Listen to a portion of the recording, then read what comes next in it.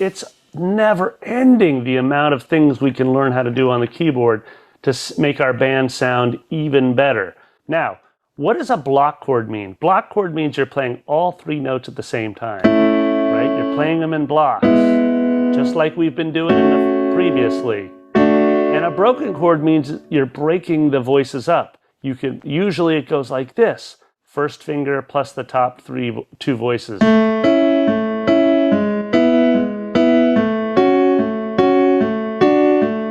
So if I add a drummer and we just try that, and again, our left hand, you're on vacation. Right hand, we're just trying to get some things together over here. For 1 and 2 and 3 and 4 and 1 and